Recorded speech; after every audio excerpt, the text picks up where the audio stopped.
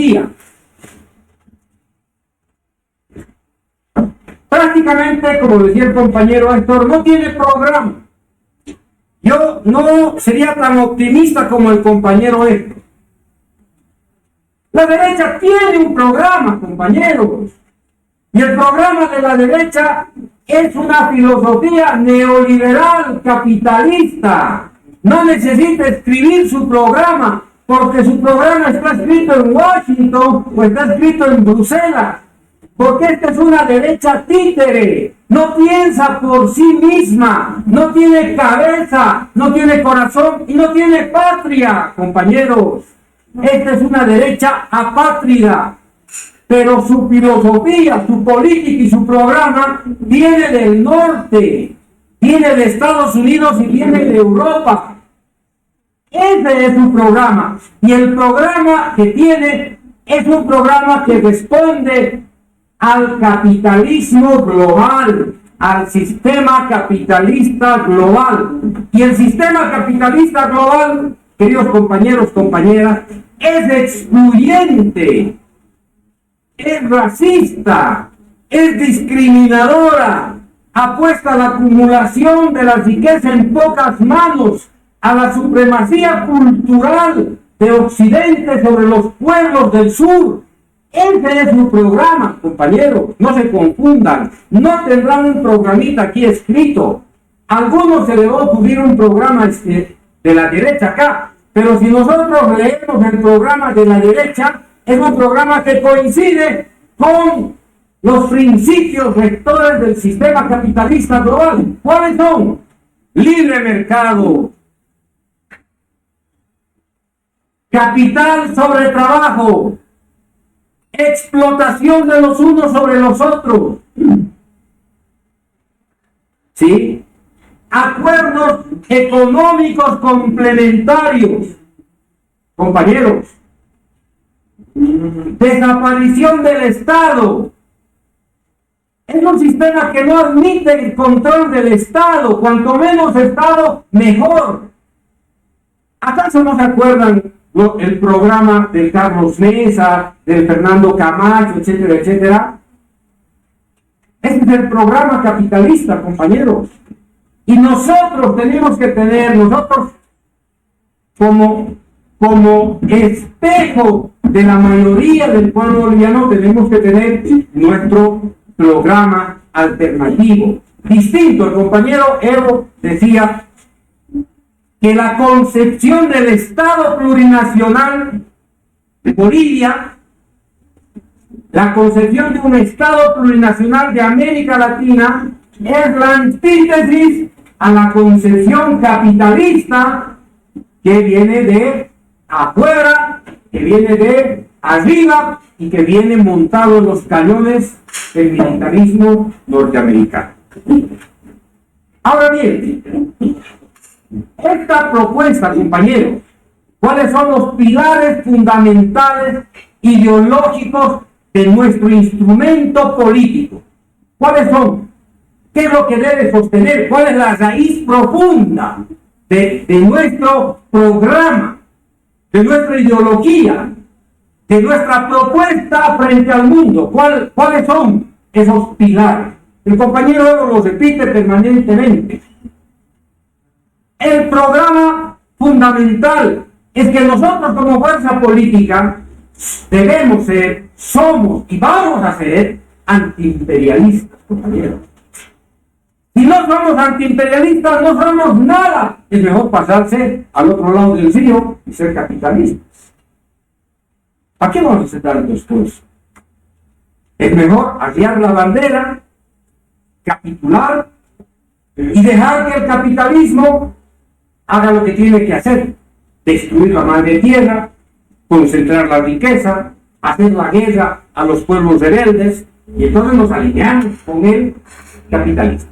Por definición, por principio, por memoria, por, compañeros, por consecuencia con la historia de la resistencia y de la rebelión de nuestros abuelos, desde Tupac Katari, Bartolina Sisa, desde Tupac Amaru, Zárate Vilca, etcétera, etcétera. A nosotros, por historia, por resistencia, por lucha, nos corresponde ser anti-imperialistas. Este es un elemento fundamental. No podemos explicar, compañeros, la realidad si no es desde la perspectiva del anti-imperialismo. Porque si no, compañeros, inclusive la concepción de la producción de la hoja de coca, compañeros, se la estaríamos otorgando al sistema capitalista. Y el sistema capitalista lo que nos dice es que la coca es cocaína. Y entonces caemos en el absurdo, fíjense, compañeros, de otorgarle una victoria cultural al capitalismo, cuando en esencia la producción de la hoja de coca tiene que ver no solamente con una cultura, ¿no es cierto?, sino que tiene que ver con la resistencia, tiene que ver con la memoria. La coca tiene ese poder, compañero. A la coca hay que verla desde la perspectiva antiimperial, desde la perspectiva anticapitalista, anticolonial. No es solamente que la coca se produce coca para que vaya al mercado y sea fuente de mantenimiento de mi economía familiar, compañeros. Detrás de la hoja de coca está la defensa de la madre tierra. Detrás de la hojita de coca, compañeros, está la fuerza de un pueblo que se ha defendido más de 500 años para no desaparecer. La coca es lo que nos vincula entre el pasado y el futuro. Es un puente histórico. No es solamente la hojita que va al mercado, compañeros, para coquear. No solamente es eso. La coca a nosotros, compañeros, todos los días nos tiene que despertar una fuerza política y nos tiene que reclamar su defensa. Entonces, el primer pilar fundamental sobre el que se asienta nuestra ideología, nuestra propuesta programática, nuestro vínculo con el instrumento político es la conducta antiimperial. Porque es una conducta que rechaza la guerra. Porque es una posición, compañeros, que se enfrenta a la supremacía blancoide civilizatoria. Nosotros no podemos compartir el dominio político y militar europeo, el dominio político y militar norteamericano. Miren, ¿qué es lo que han dicho estos días la encargada de negocios de Estados Unidos y el delegado de la Unión Europea? Lo que nos dice el Departamento de Estados Unidos, dice, recomienda al gobierno de Bolivia que se haga justicia con la señora Yanine Áñez. Y que la justicia no se parcialice. ¿Quién nos está hablando de justicia, compañeros? ¿Quién nos está recomendando que seamos justos cuando los gringos son los que impulsaron el golpe de Estado y los que decidieron que esta vieja, que esta señora, no, discúlpenme, que esta señora se convierta en una criminal? Y ahora resulta que los gringos, ¿no?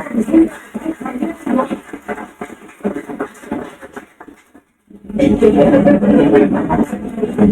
entonces resulta que ahora los gringos, en nombre de que son el país más justo, más democrático, no quieren venir a dar lecciones de justicia y de democracia. Los golpistas, los criminales, los asesinos que están en Washington, que durante 20 años han destruido al pueblo afgano, que promovieron el golpe militar de Vance Suárez, que son los que contribuyeron al asesinato y al suicidio de Allende.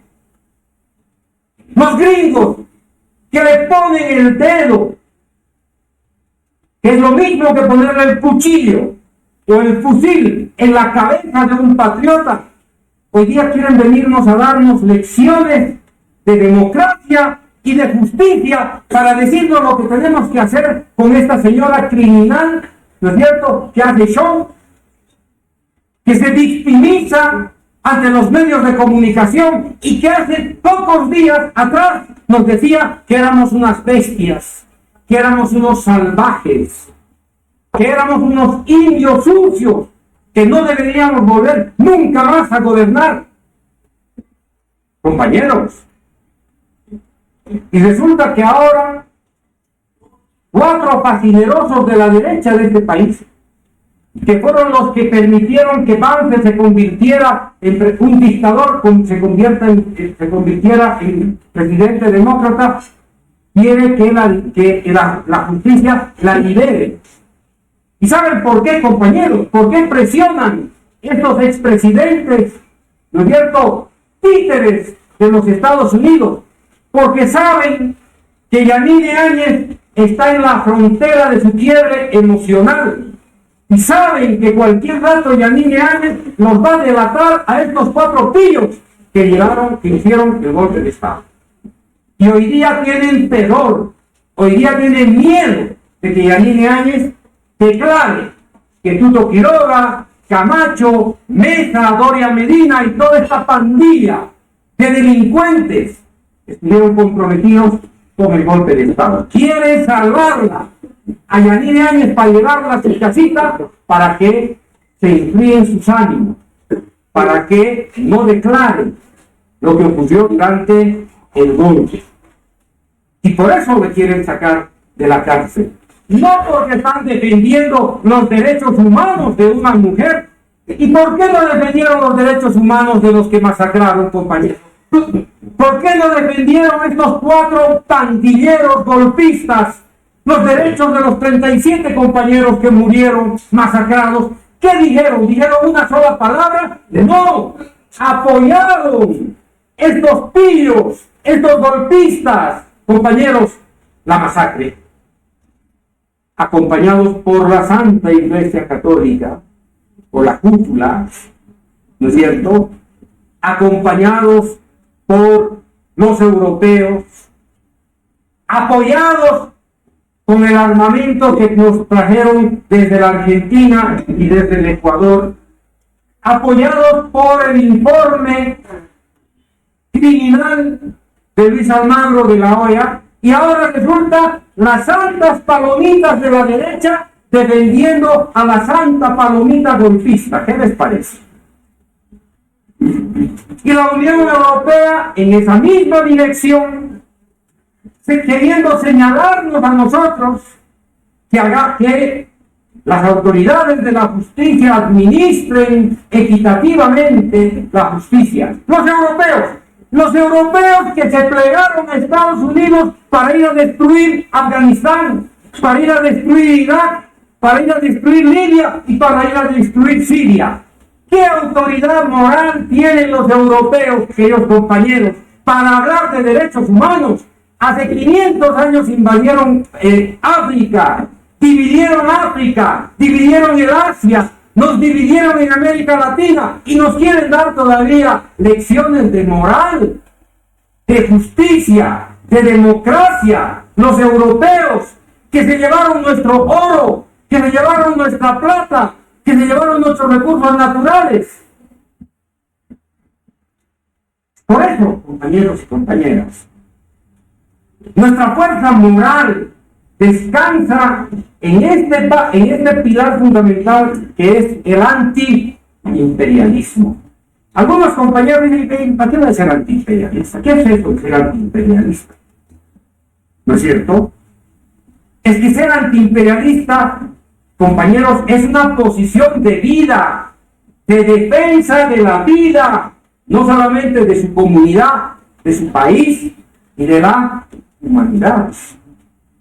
Es un principio, compañeros, esencialmente humanista, altruista, filantrópico.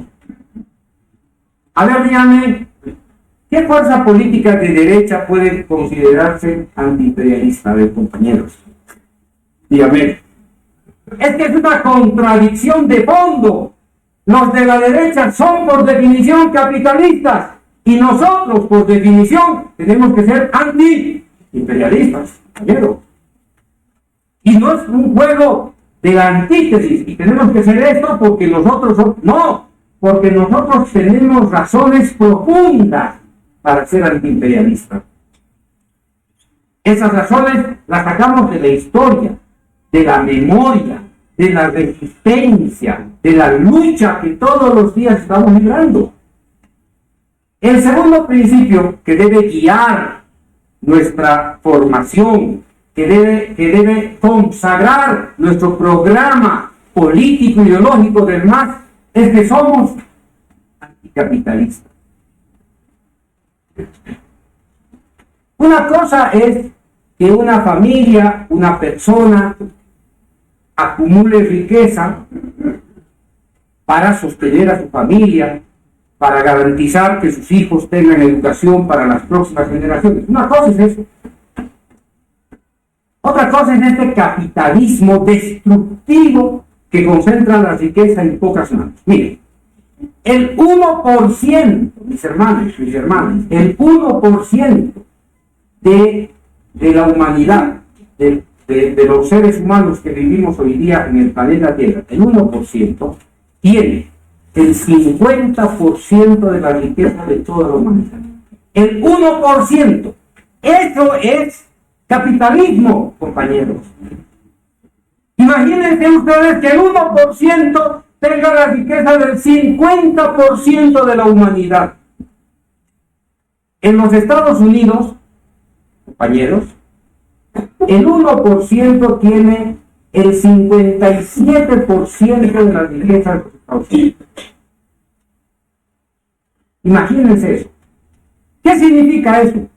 Que son 100, 200, 300 grandes empresas, corporaciones que dominan la producción de alimentos, la producción de medicamentos, la producción de armas, la producción de agroquímicos, minerales, ¿sí? 100, 200 empresas, 300 empresas, que son las que concentran la riqueza de la humanidad. Ese es el capitalismo salvaje. Ese capitalismo solamente puede sobrevivir acumulando. Es como una bicicleta, compañeros. Es como la bicicleta. Cuando uno pedalea, acumula energía. Cuando uno deja de pedalear, se cae, ¿o no? Así es el capitalismo. Entonces, todos los días el capitalismo pedalea para acumular riqueza y concentrar esa riqueza, que a su vez es poder. Este capitalismo, repito, no se podría mantener de pie si es que no explota la mano de los obreros, si no explota a los países del tercer mundo, si no da golpes de Estado y si no hace la guerra. Es como la bicicleta. Si no hay guerra, si no hay sobreexplotación de la mano de obra, si no hay saqueo de los países, se cae la bicicleta. Entonces, nuestra posición política e ideológica es el luchar contra la concentración de riqueza, el luchar contra las guerras, contra el militarismo, es luchar, queridos compañeros, contra este sistema que nos acostumbra a que los pobres tengamos que ser explotados, mientras los ricos viven en la hamaca generando riqueza a través de la sobreexplotación.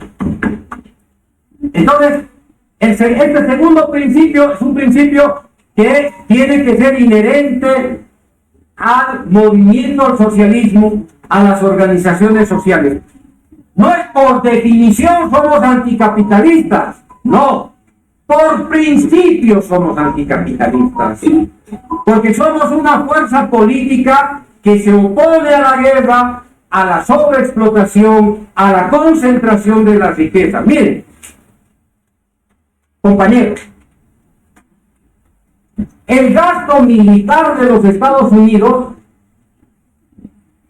representa, escuchen bien, solamente el gasto militar de los Estados Unidos hoy día más o menos llega a 770,000 millones de dólares. 770,000 millones de dólares. Si sumamos los gastos del Departamento de Energía, que también son gastos militares, más o menos Estados Unidos cada año, ahora, en los últimos 5 años, está gastando 1,000 millones de dólares. Es decir, 1 billón, que es como decir millones de millones. No entra en la cabeza, ¿eh? Difícil, se saben los números por aquí. ¿Ah? Fíjense, ese es el presupuesto de defensa, que comprende, escúchenme compañeros, comprende la suma de los presupuestos de defensa de 140 países de la comunidad internacional.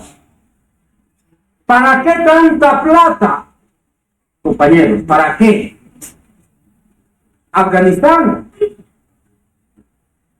Irak, Libia, Siria. ¿Para qué? Para enriquecer a los que están en la esfera de la industria de las armas, que son pocos y que cada año venden más. ¿Para qué?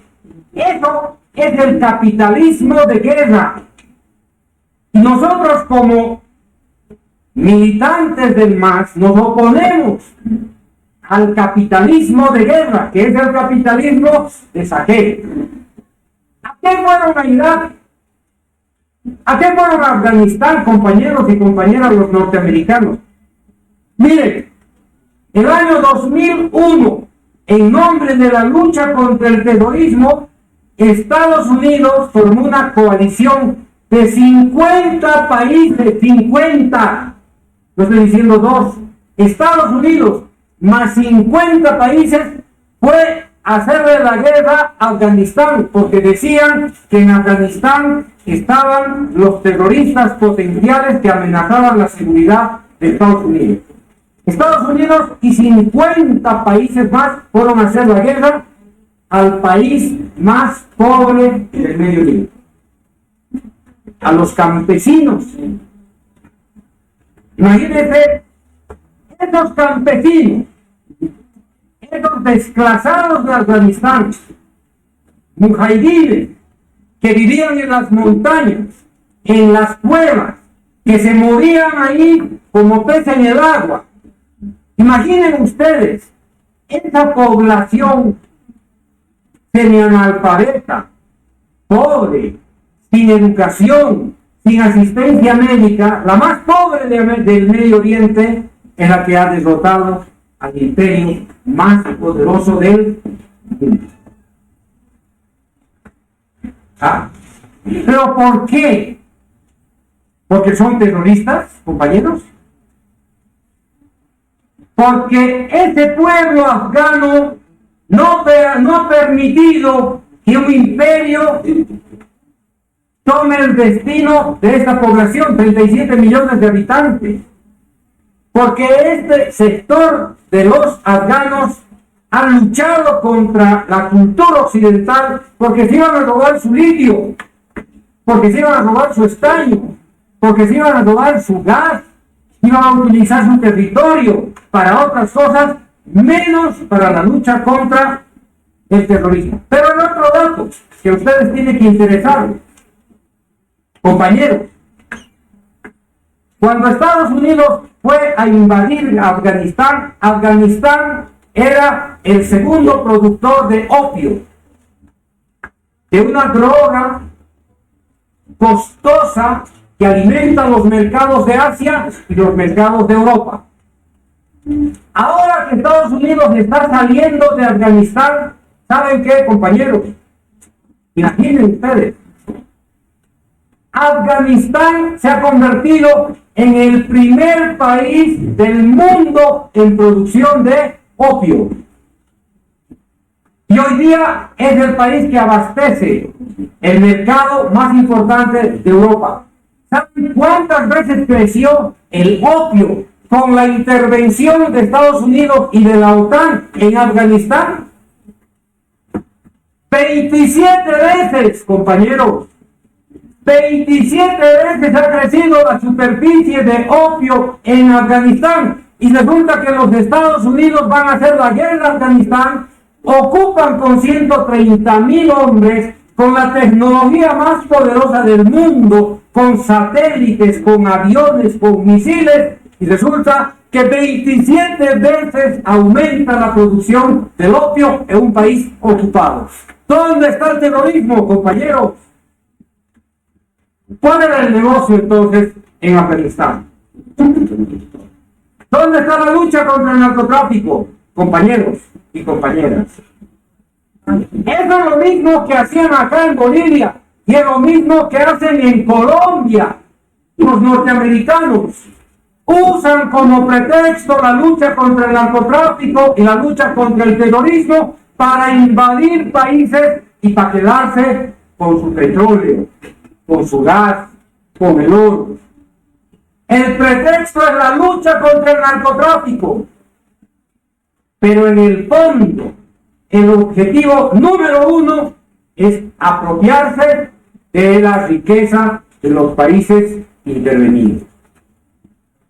Por eso es que nosotros, compañeros, tenemos que racionalizar nuestra posición anticapitalista. No somos anticapitalistas porque somos marxistas, compañeros, no. Porque estamos racionalizando, estamos entendiendo, interpretando lo que es el capitalismo. ¿Y a quién de nosotros, dígame, cuál de nosotros va a apoyar la guerra? ¿Cuál de nosotros va a apoyar esta impostura de la lucha contra las drogas? ¿Cuál de nosotros va a apoyar la ingente cantidad de recursos que se gastan en una guerra falsa? ¿Quién? Nadie. ¿Saben quiénes apoyan eso? La derecha. El Tuto Quiroga, el Carlos Mesa, el Dorian. Esos apoyan, por definición, apoyan, compañeros, el capitalismo de guerra. Porque ellos son, ¿no es cierto?, los que han apoyado que en este país vengan los gringos, se hagan cargo de la lucha contra el narcotráfico, hipotequen la soberanía, entreguen las Fuerzas Armadas, entreguen la policía a la DEA, a la NAS, a USAID. Y a cambio, ¿qué tiene el pueblo boliviano? Nada. Nosotros ponemos los muertos y ellos se llevan el gas, el petróleo. Se han querido llevar nuestro líquido. Por eso somos profundamente anticapitalistas. Si somos anticoloniales, por lo que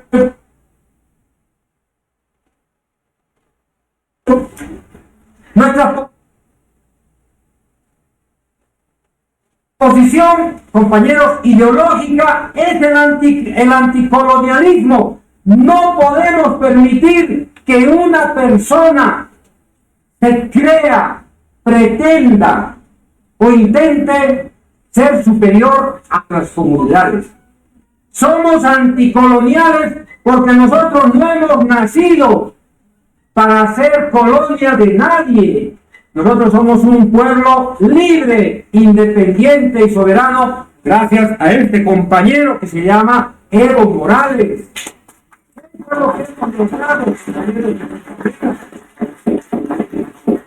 Cuando fuimos más independientes, cuando fuimos más libres, cuando fuimos más autónomos en nuestra historia de estos 14 años.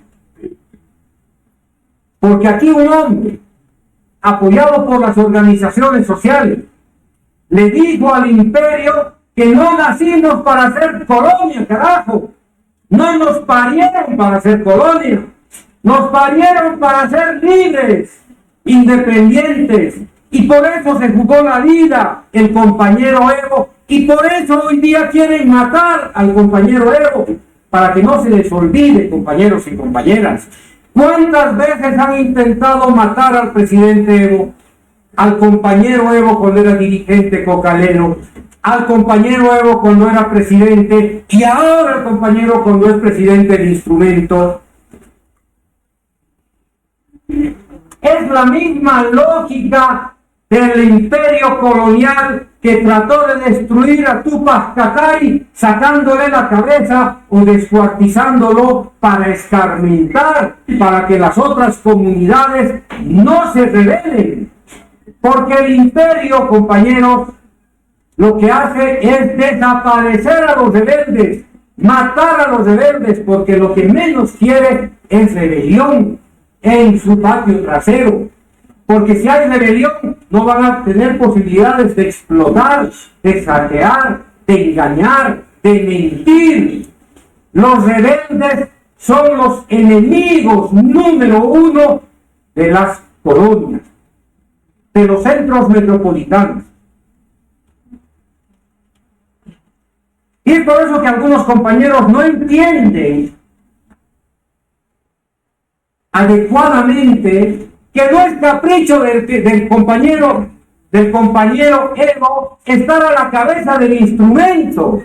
No es capricho del compañero estar a la cabeza de las 6 federaciones. No ha sido capricho del presidente Evo volver a postular en 2019, como algunos compañeros nuestros quieren hacer creer. No es que Evo caprichosamente quería seguir siendo presidente.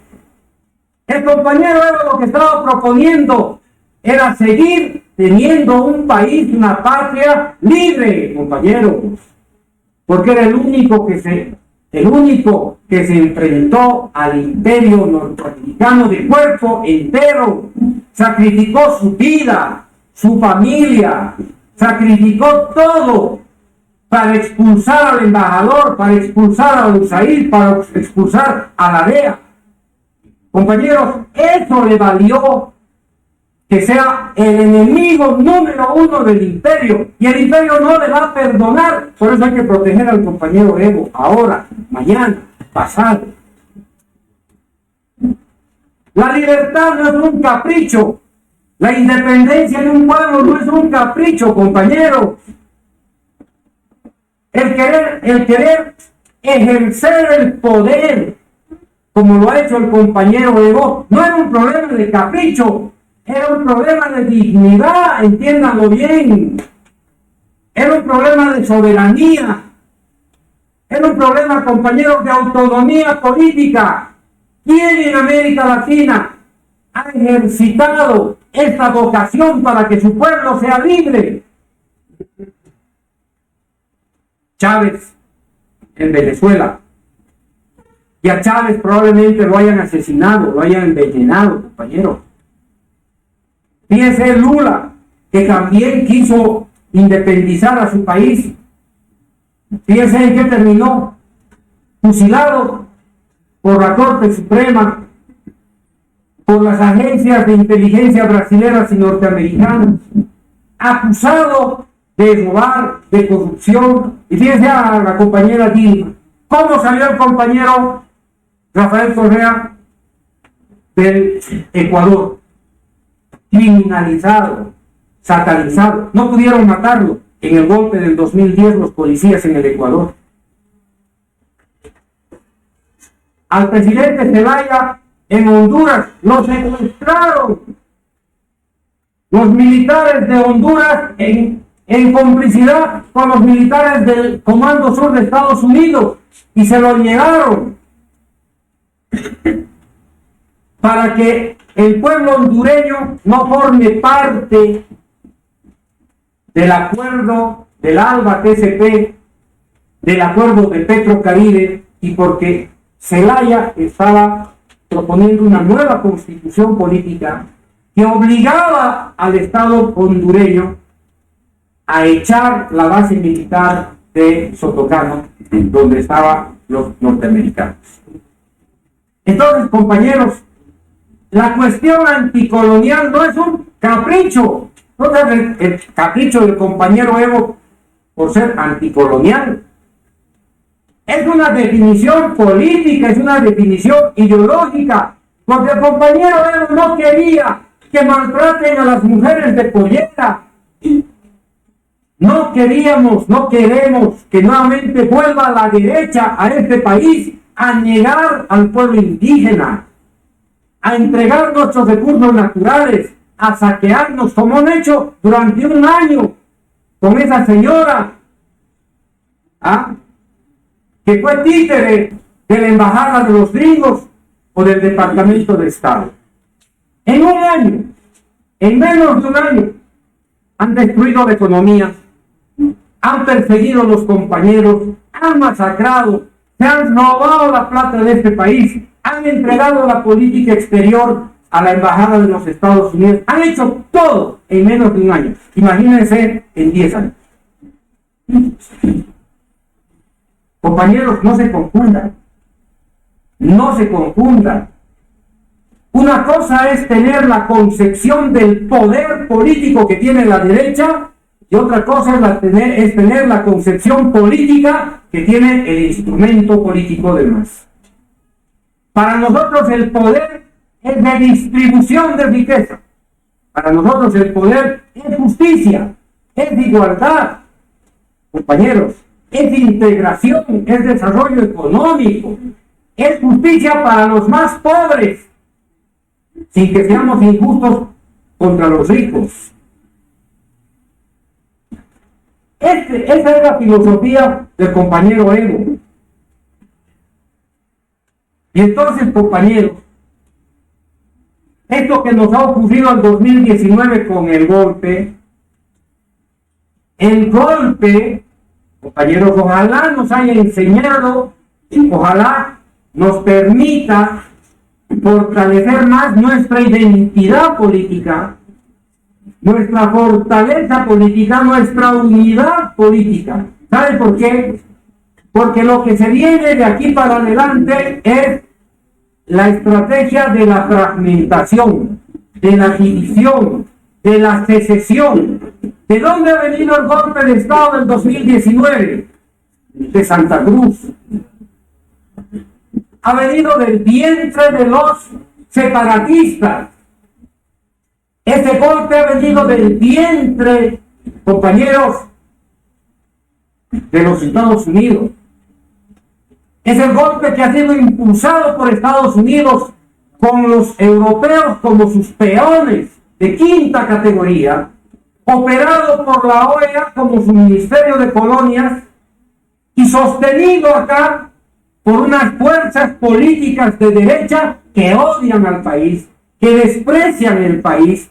A Carlos Mesa no se le pasa que el presidente Evo sea el mejor presidente de la historia, porque el historiador, ¿no es cierto?, que además tiene deseo, que además proyecta sentimientos de superioridad de poder, no se le pasa que un hombre que no ha llegado a la universidad pueda ser el mejor presidente de este país.